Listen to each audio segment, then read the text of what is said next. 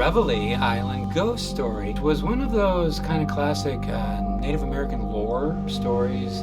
Recounted in issues of the Bellingham Herald from the early 1920s, legend goes that a couple, seemingly from the Nooksack tribe, were involved in a wedding ceremony on the shores of Lake Whatcom when the group was attacked by northern raiders. They were chased in canoes to Reveille Island and driven to the edge of a cliff. About to be captured, they decide to jump to their deaths.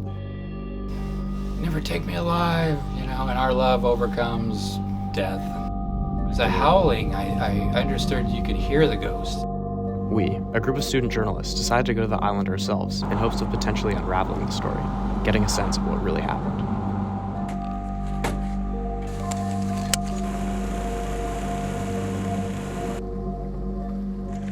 The Bellingham postmaster, who heard the noises back in the day, had a scientific explanation. So there's this cave where the water goes in and emanates a sound that comes out that sounds maybe like a ghost.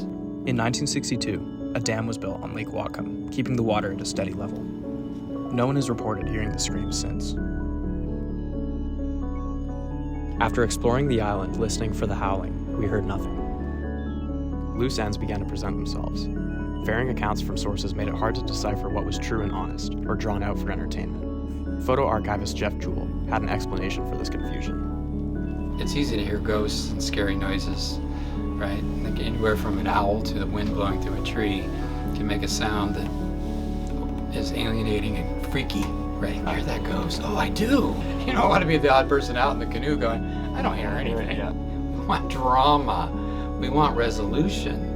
It has to be all these elements that our minds crave. Getting to this age, I have had a lot of friends die. I've had my parents die, my grandparents, of course. That grief can bring out the need for some kind of contact. While slightly disappointed with our findings, we realized that we wanted the story to be something it's not.